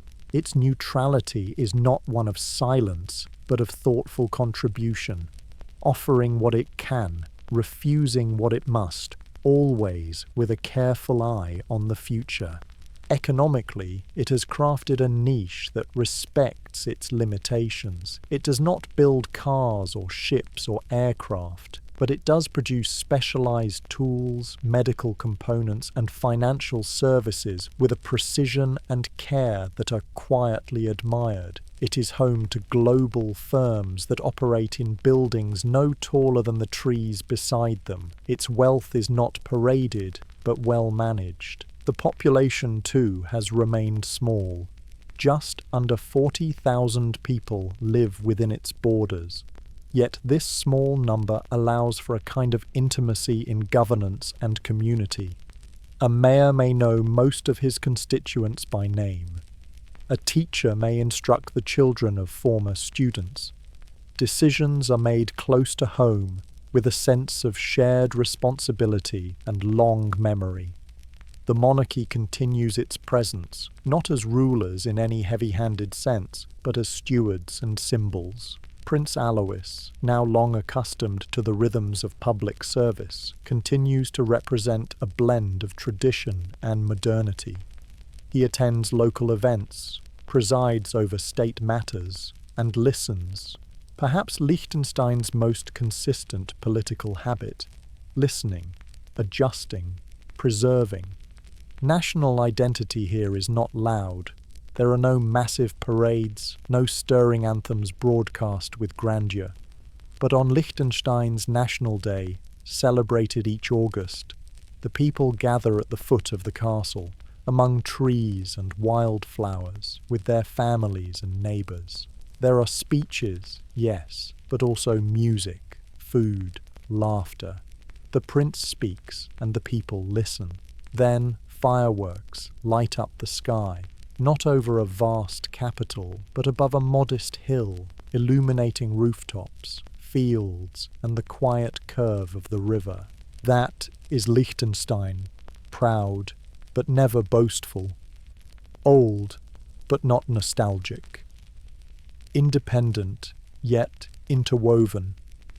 Its story is not one of revolution, but of resolution, not of drama, but of discretion. Through centuries of change, Roman legions, Alemannic settlers, feudal barons, Napoleonic upheaval, and global modernization, Liechtenstein has held to its course. It has endured not because it was mighty, but because it was mindful. And so, as night settles over the Rhine Valley and the lights flicker on in Vaduz and Schaan, we leave Liechtenstein as we found it, gently nestled between borders, mountains rising behind, river flowing before. A small nation tucked quietly into the folds of history, still turning its pages one soft step at a time.